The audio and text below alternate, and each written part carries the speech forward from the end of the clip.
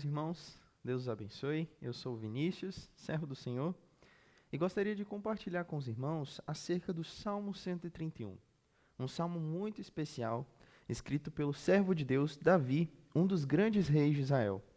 Davi, ele escreveu este salmo como um salmo, um cântico dos degraus. E o que é isso? Bom, os israelitas, em suas peregrinações até Jerusalém, para adorar o Senhor no templo, eles deveriam subir, porque Jerusalém fica em cima de um morro, né? Eles tinham que subir em direção ao templo. Então, durante as suas peregrinações, eles liam esses salmos, chamados de Cântico dos Degraus, e eles tinham ali, então, cânticos para adorarem, louvarem o Senhor durante as suas peregrinações. Então, Davi, ele escreveu esse salmo, e Davi, irmãos, ele foi um dos maiores reis de Israel.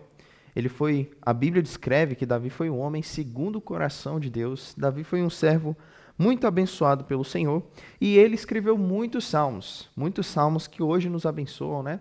Davi foi quem escreveu. E nesse salmo aqui, muito interessante nós percebermos o contraste que Davi faz entre o orgulho e o descanso em Deus.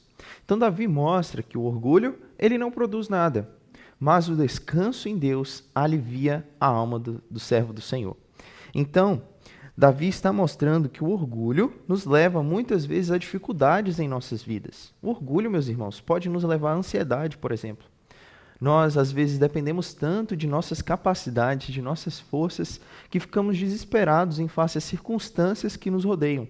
Nós ficamos desesperados em face às circunstâncias que nos afligem, porque queremos ter controle da situação. Então, orgulho acaba nos levando à ansiedade. Mas o contraste desse salmo, ele aponta para o fato de que a esperança do homem é Deus. Deus é quem pode, de fato, trazer esse alívio, esse descanso, essa esperança para a alma do homem. Então, Davi mostra que a esperança é uma pessoa. Essa pessoa é o próprio Deus. Deus é a esperança de cada pessoa na face da terra. Deus é a esperança da humanidade. E o homem, ele precisa de descanso. O homem não consegue viver a partir de suas forças. O homem não consegue viver em um desespero contínuo. O homem precisa de um descanso. E onde ele achará, então, esse descanso? Davi, ele aponta o caminho. Nós vamos ver, então, alguns passos que o salmista deu em direção à esperança e o descanso em Deus. E nós, irmãos, devemos esperar e descansar em Deus. Então, gostaria de ver com os irmãos esses passos que Davi está dando, então, em direção à esperança e descanso em Deus. O primeiro passo que Davi dá é a liberdade ou livre do orgulho. Esse é o primeiro passo que Davi dá, livre do orgulho. Olhem comigo o Salmo de número 131, versículo 1. Se você não tiver uma Bíblia para acompanhar comigo, não se preocupe, os versículos serão expostos aqui na parte inferior da tela. Versículo 1 do Salmo 131 fala o seguinte: Senhor, o meu coração não se elevou, nem os meus olhos se levantaram. Não me exercito em grandes assuntos, nem em coisas muito elevadas para mim. Davi, ele começa apontando para a realidade de que o coração dele não se elevou. O que isso quer dizer? Outras traduções falam que o meu coração não se ensoberbeceu, não se orgulhou, ou seja, o coração dele não estava orgulhoso. Então, Davi mostra que ele não colocava o seu coração no lugar errado. Davi está mostrando que o coração dele não estava nas coisas desta vida. Ele continua falando, nem os meus olhos se levantaram. Não me exercito em grandes assuntos, nem em coisas muito elevadas para mim. Então, Davi está mostrando que o coração dele não era soberbo. O coração dele não era orgulhoso. E, meus irmãos, isso aqui é muito interessante. Por quê? Davi, ele foi um dos maiores reis de Israel. Davi, ele foi um homem muito abençoado por Deus. Davi tinha riquezas, Davi tinha muitas coisas ao seu dispor, tinha servos. Mas ele está dizendo que mesmo com tudo isso, o seu coração não era orgulhoso. O orgulho, meus irmãos, o orgulho traz queda ao homem. O sábio já dizia isso em Provérbios, que o orgulho traz a ruína. Então, Davi, ele mostra que ele não era soberbo de coração. nem altivo de olhar. Você ser altivo de olhar, ou seus olhos se levantarem, quer dizer que você está olhando dessa forma para as pessoas. As pessoas estão aqui e você está olhando assim, de cima para baixo, com um tom de superioridade. Então Davi ele mostra que mesmo sendo rei, ele não era altivo de olhar. Ele não olhava para as pessoas com um tom de superioridade. Não, Davi não era altivo de olhar. Ele também não procurava por grandes coisas. Davi não almejava as maravilhas deste mundo. Ele tinha em vista o que ele queria. Ele tinha em vista que ele precisava de Deus. Então Davi, ele não estava se orgulhando com as coisas dessa vida. Ele não estava correndo, gastando a sua vida em prol das coisas aqui dessa terra. Então Davi mostra que o coração dele não estava sendo colocado no lugar errado. Davi não estava colocando o coração dele no lugar errado. Por quê? Por que ele não estava colocando o coração dele no lugar errado? Porque o orgulho, meus irmãos, o orgulho faz mal ao homem. Como eu tinha dito, o sábio disse isso lá em Provérbios, capítulo 16, 18. Provérbios 16, 18 fala o seguinte: a soberba precede a ruína, e a altivez do espírito precede a queda. Então, Salomão, ele mostra que quando se é soberbo, espere que o seu tempo de queda vai chegar. Então, a soberba, ela traz a queda. O Senhor também, ele odeia a altivez. Deus odeia a altivez. Lá em Provérbios, capítulo 6, Salomão fala o seguinte, Provérbios capítulo 6, do versículo 16 ao 19. Estas 6 coisas aborrecem o Senhor, e a 7ª a sua alma abomina. Olhos altivos, língua mentirosa, mãos que derramam sangue inocente, coração que maquina pensamentos viciosos, pés que se apressam a correr para o mal, testemunha falsa que profere mentiras, e o que semeia contendas entre irmãos. Então, olha como ele começa essa lista das coisas que aborrecem o Senhor e das coisas que ele abomina. Olhos altivos. Orgulho, meus irmãos. Orgulho. Deus, ele mostra que ele tem poder para derrubar os orgulhosos. Nabucodonosor, por exemplo, é um bom exemplo para nós pensarmos, porque Deus estava mostrando no livro de Daniel que é ele quem estabelece, é ele quem dá poder para as autoridades. E aí Nabucodonosor, no capítulo 4, ele olha para a cidade da Babilônia e ele diz o seguinte: olha para essa cidade da Babilônia que eu construí. Então Nabucodonosor tem uma atitude orgulhosa e Deus então acaba punindo ele por conta disso, a fim de que ele percebesse que ele não tem poder nenhum. O orgulho precede a queda. Então, meus irmãos, nosso Senhor, ele odeia o orgulho. Nós podemos lembrar também de Satanás.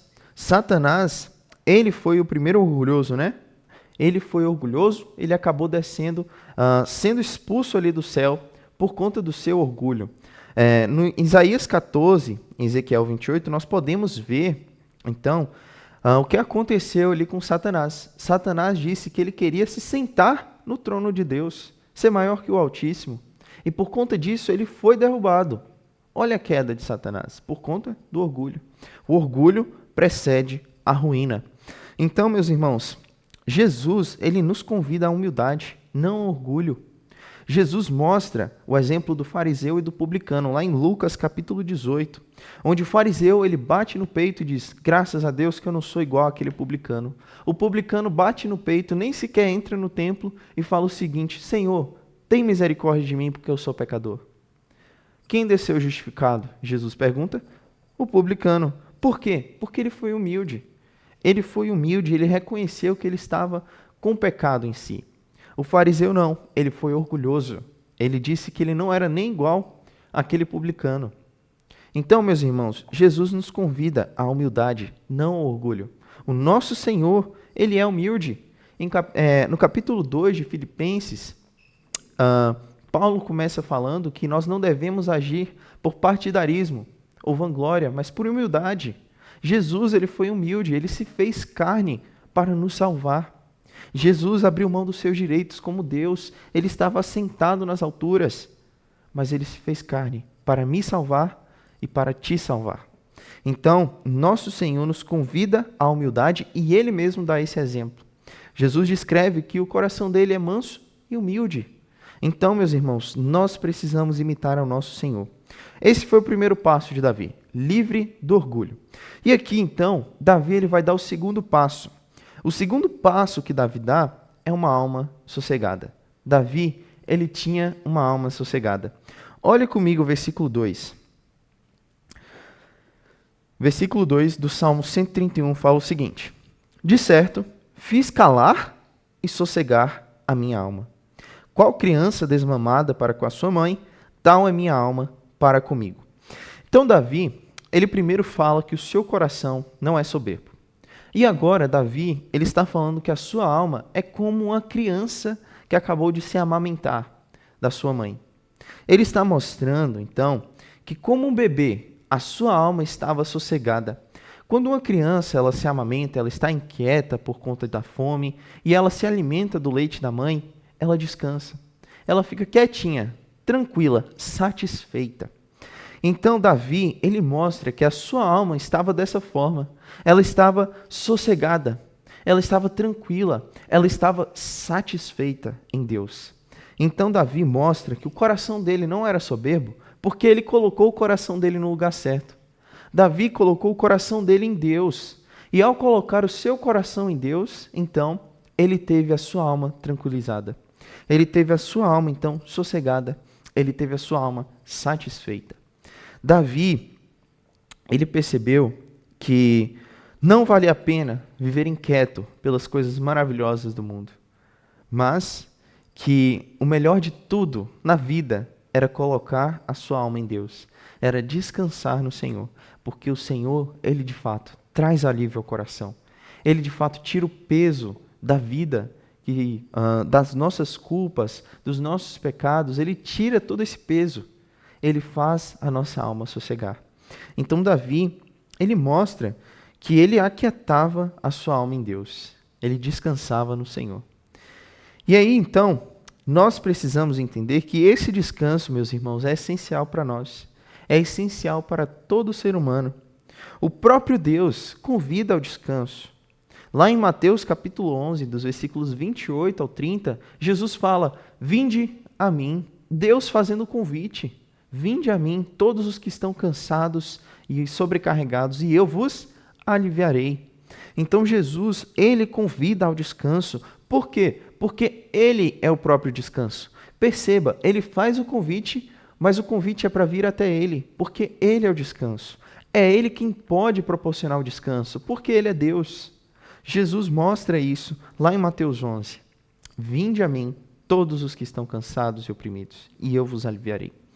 Então, meus irmãos, nós precisamos desse descanso. Precisamos de Cristo em nossas vidas.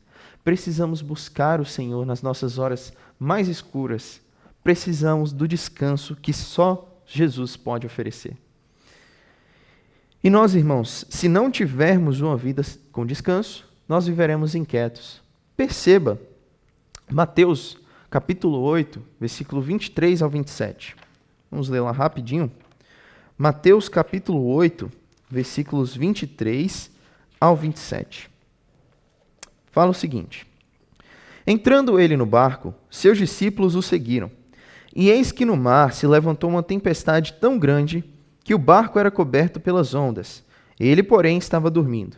Os seus discípulos, aproximando-se, o despertaram, dizendo: Senhor, salva-nos, que perecemos. E ele lhes disse: por que temeis, homens de pequena fé? Então, levantando-se, repreendeu os ventos e o mar, e seguiu-se uma grande bonança. E aqueles homens se maravilharam, dizendo: que homem é este, que até os ventos e o mar lhe obedecem? Então aqui, os discípulos eles ficam inquietos em face a uma tempestade ali que atingiu o barco deles. Jesus, porém, estava dormindo. Jesus, porém, ele estava tranquilo em meio à tempestade. E isso em contraste com os discípulos, que em meio à tempestade, mesmo com o Senhor da glória no barco com eles, eles estavam inquietos. Meus irmãos, Jesus estava no barco com aqueles homens. O Deus vivo estava no barco com aqueles homens. Mas os homens estavam olhando para a tempestade, ao invés de olhar para o descanso do seu Senhor. Então, o próprio Senhor estava tranquilo. E eles não estavam olhando para o Senhor, eles estavam olhando para a tempestade, para as circunstâncias. Meus irmãos, quanto nós perdemos de desfrutar do conforto, desfrutar do consolo, desfrutar da alegria do Senhor quando nós olhamos para as circunstâncias ao nosso redor. Muitas vezes, o Senhor está ao nosso lado, mas nós preferimos olhar para as circunstâncias. Perdemos o conforto, a segurança, o descanso, quando olhamos para as coisas horríveis que nos cercam. Meus irmãos, precisamos do conforto, do consolo e do descanso de Cristo. Precisamos olhar para o nosso Senhor, porque o nosso barco ele vai ser atingido por tempestades. É por isso que precisamos estar seguros na âncora da alma, que é Cristo Jesus. Precisamos estar seguros, descansando como um bebê nos braços de sua mãe. Nós precisamos descansar nos braços de Jesus. Assim como um bebê ele se aquieta depois de se alimentar do leite da sua mãe, nós precisamos, irmãos, descansar, estar satisfeitos no cuidado e na segurança que o nosso Senhor oferece. Precisamos descansar em nosso Senhor Jesus. Davi, ele estava descansando em Deus. E então, o primeiro passo que ele deu, livre do orgulho, levou ele ao segundo passo, a alma sossegada, que é fundamentada no terceiro passo. O terceiro passo que Davi deu é onde se encontra a esperança. Davi, ele sabia onde ele encontrava a esperança, que fazia com que a alma dele descansasse, sossegasse, e que também fazia com que o coração dele não fosse orgulhoso. Olhem comigo o versículo 3 do capítulo 131 de Salmo. Versículo 3 fala o seguinte: espera, Israel, no Senhor, desde agora e para sempre. Davi, como rei de Israel, como aquele que estava assentado no trono de Israel, ele olha para a sua nação e fala: espera, Israel, no Senhor, desde agora e para sempre. Davi, ele não queria somente descansar em Deus. Ele queria também que as pessoas descansassem em Deus. Ele queria que a sua nação descansasse em Deus. Davi queria conduzir o seu povo para olhar para o Senhor. Davi, ele não olhava somente para o Senhor. Ele não olhava sozinho para o Senhor. Ele não queria olhar sozinho. Ele queria levar as pessoas também para olharem para o Senhor. Davi queria levar pessoas consigo. Davi não queria o descanso só para ele. Ele queria também para as outras pessoas. Meus irmãos, nós precisamos também amar as pessoas que estão ao nosso redor. E precisamos saber onde encontrar a esperança. Davi sabia onde encontrar. Ele sabia que no Senhor ele poderia encontrar esperança. Nós, irmãos, precisamos saber onde encontrar a nossa esperança. Israel deveria esperar e descansar em Deus. E não só no presente, mas para sempre. Não era algo só no agora, era para todo sempre. Olhem comigo Oséias, capítulo 12, versículo 6. Novamente, Oséias escrevendo para a nação de Israel. E ele fala o seguinte, no capítulo 12, versículo 6. Tu, pois, converte-te a teu Deus, guarda a beneficência e o juízo, e em teu Deus espera sempre. Meus irmãos, a nossa espera em Deus não deve ser algo momentâneo, deve ser algo para sempre. Devemos esperar continuamente nosso Deus. Devemos sempre estar esperando o nosso Senhor.